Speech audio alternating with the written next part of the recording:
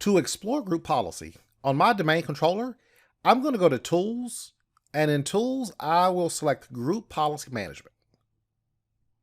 So that pulls up my Group Policy Management. Now, what I can see in this console, my Active Directory Forest RTS networking shows up. And if I collapse this domains would give you a list of every domain in your entire forest. Now, I only have one domain, and my domain is RTS networking. But if I had child domains or another tree in the forest, that would also be visible here. When I expand my domain, I can see that this default domain policy is already linked to my domain. That is automatically done. Every time you install Active Directory and you create a new domain, the default domain policy is automatically generated, automatically applies to your domain. Now I'm going to click Don't Show this message again in the console. If not, just every time you expand something, it'll just keep popping up. With this default domain policy, that is one of two of our policies that are automatically created. The other is the default domain controllers policy. That is linked to the domain controllers OU. If I expand group policy objects, this folder contains all the group policy objects for your domain. Notice when you look at the default domain controllers policy and the default domain, they have this little shortcut arrow at the bottom left-hand corner. That is a link icon is what it actually is. Basically the same as a shortcut. That simply means this default domain controllers policy is simply linked to this organizational unit. So any policy you create, they all live under this group policy objects folder. An example, I'm going to create a new group policy object, and I'm going to name it device install restrictions. And I'll click OK for that.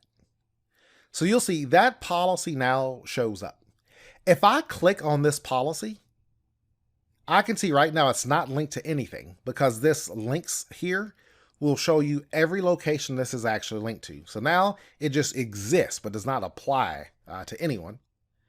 If I click on this settings tab here, and I'm going to click close in that window there. But right now, if I look in the settings, we can see computer configuration, no settings defined. User configuration also has no settings defined. Now, we knew that would be true because we just created this policy. We have not enabled anything in it. If I click on my default domain policy, still on the settings tab here, if I scroll down in this, notice under computer configuration, there are a lot of settings already defined. So I can see my password settings. Minimum password length is 7 characters. Maximum password age before you are forced to change your password is 42 days based on this policy. Now, I did not define any of this. When we installed Active Directory, it created this group policy object, and those settings are just always defined in that policy. So out of the box, these were the settings we actually had. And if we just keep scrolling, you'll see it has no user configuration settings defined, just those few computer configuration settings. But if I go back to my device install restrictions, now let's say the goal we have is to restrict removable media from being installed. Well, what I'm going to do, I'm going to edit this policy. So I'm going to just right click and edit. I'm going to put this in full screen. Now, I know where the path is for the setting I want. Many times you may end up on Google or some search engine looking for a path because the layout of this can be a little confusing. But if I expand policies, administrative templates, and system, now I'm under the computer configuration. So policies, administrative templates, system, there is this device installation that shows up. If I open that, there is another folder, device installation restrictions. Well, if I open that, there is an option here, prevent installation of removable devices. Well, if you click on that, it actually gives you a description of exactly what that setting would do. Now, let's say that's what you want. I mean, you look at it, decide that's exactly the setting that I want to apply. Then I can simply double click it. And again, in help, you'll get that same description will show up here. just so you make sure this does exactly what you intend and you don't have any unintended consequences. But if it is what I want, I can simply click Enable, and now this setting is turned on. So if I OK that, I can see in the list it's now enabled. But keep in mind, in this policy, I'm just going to minimize it. It does not apply to anyone right now. All we've done is create this under the Group Policy Objects folder.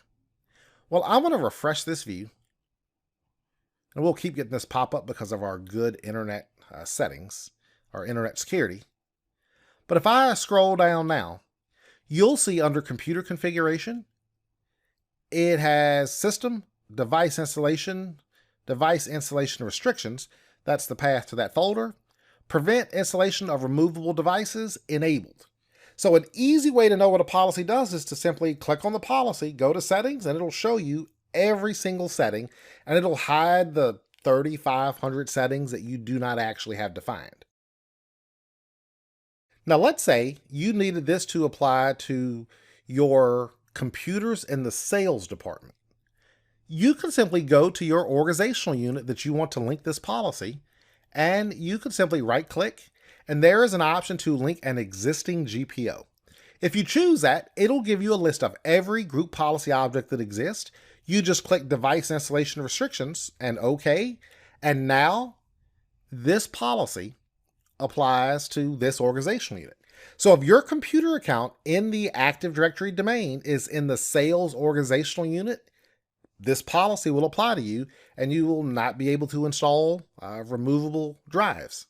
Pretty fascinating. And this is another one of those things that is like 99% planning, 1% implementation. So to keep the concept simple, you're doing nothing but creating policies, defining the settings you want in the policy, then you are linking the policy to the location that has the user accounts and or computer accounts that you want all those settings to apply. Nothing more than that. Now let's say every user in the domain needed this policy, or every computer needed this policy. You could simply right-click the domain, rtsnetworking.com, and there is the same option, link an existing GPO. If you had selected the GPO at this level, it would now apply to every computer account in the entire domain.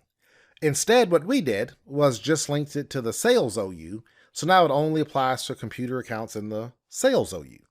And the reason I keep saying computer accounts is because when we go back to settings for this policy and scroll to the bottom, it has no user configuration settings defined. We didn't edit any setting under that. We only edited the computer configuration setting. If we had edited some setting under user configuration, then those settings would apply to user accounts in that sales OU as well. Now, something to keep in mind. There are a few other interesting options here. One, when you go to an OU or to the domain, you can simply right-click, and there's an option to create a GPO in this domain and link it here. Well, I'm going to choose that. And I'm going to name this one Security Settings. Now, before I click OK, notice under my Group Policy Objects folder, I only have those 3 policies, the 2 default ones and the device install policy we just created.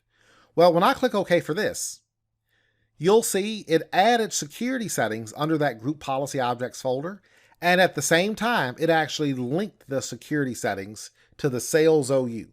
So just eliminates the step of creating a policy here, then linking it to wherever it needs to go to. So in one shot, you can just say, create a Group Policy Object, and automatically link it here all in one step. But the end result is the same. Pretty user-friendly. Now, I don't want that security settings policy to apply to my sales OU, so let's say you want to get rid of it. You can simply go back to that link and I'll close this window here. I can simply right-click and delete. Now, it does tell you, or ask you rather, do you want to delete this link? This will not delete the GPO itself. When I click OK, that security settings still exists under the Group Policy Objects. It is just no longer linked to the sales OU. So whatever settings, if you had defined any in that policy, they just don't apply to users or computers in the sales OU. Pretty fascinating. The thing to keep in mind about these group policy objects and how they work, we really need to go back to Active Directory for a moment. So I'm going to go back to Server Manager and I'm going to pull up Active Directory Users and Computers. In Active Directory Users and Computers, I have this Sales OU, and that is my Bob Ross user. Well, let's say I also have a new computer account.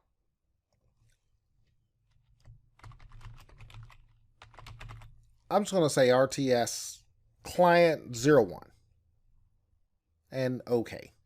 So now I have a computer account and a user account. Well, that policy we just defined right here, that device install restrictions, well, when you click on that, if we go back to the scope, it's only linked to the sales organizational unit. So that means your computer user account has to be in that sales OU.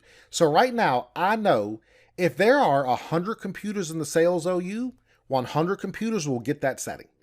If your computer is not in the sales OU, you simply do not have that setting apply.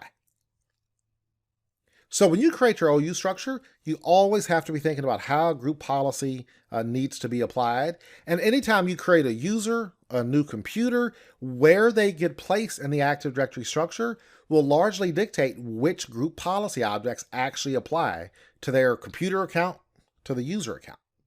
So really, all planning. But to go back to the Group Policy Management console, now let's explore a few things in the policy itself. Now I have my group policy object still open. So this is, if we scroll up, the device installation restrictions. So I'm going to just slide this window over a bit. Sometimes it's a little slow to adjust. That looks better. And I'm going to collapse this here. One of the first things you notice is the way this is organized. So I have computer configuration. Settings here only apply to computer accounts. Then we have user configuration. Those settings only apply to user accounts. They get processed when the user logs on. Computer configuration settings process when the computer gets powered on and starts up. At first, it looks like the settings are completely duplicate. Both computer and user have software settings, Windows settings, administrative templates, but the settings are completely different. For example, if I expand administrative templates in both locations, you do see some overlap. For example, Control Panel is in both locations, but if I expand Control Panel under User Configuration, we have, about a dozen things show up. One of these, prohibit access to Control Panel and PC settings.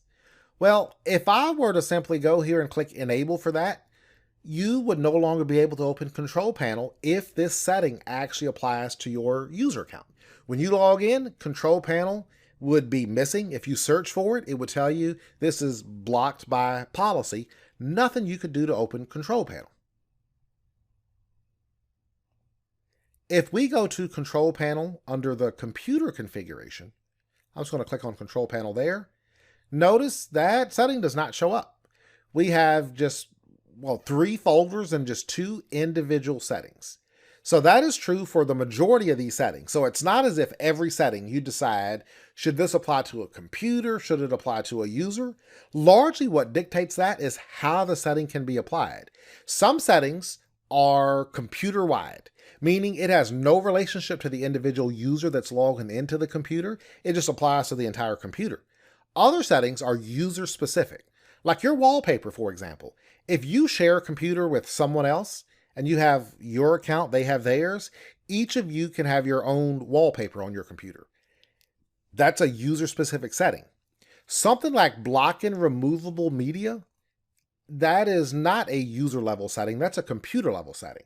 So really, that's what dictates if it's going to be under computer or under user. Now, as we said, there are more than 3,500 settings. Actually, there's 3,572 settings by default, to be exact. We are never concerned about the individual settings themselves, because once you find a setting, you just click Enable and it's turned on. Our concern always is, more so with how group policy works. When I create a policy, who does it apply to? Who does it not? How do we exempt certain computers and users from it? Just the administration of it. The easy part is just finding the setting and turning it on. Well, I say easy. Navigating through some of these structures at times may not be the easiest things, finding the setting you want, but once you find it, you just click Enable, and that setting is activated. I'm going to close the policy window itself. Now, a few other things back in the structure. Well, we've already seen the domain. You can see the organizational units that we have. We can see the policies associated with those. If I go back and click on my device install restrictions, group policy object we created. Now, the reason we keep getting that pop-up is because this screen is actually running Internet Explorer on the back end. So this is actually populated using HTML. That's why we keep getting that, because servers by default have high internet security settings defined. On the Scope tab, well, we just saw, you click on the policy, you can see where the policy is linked. Now, we'll dig through these other options in a moment.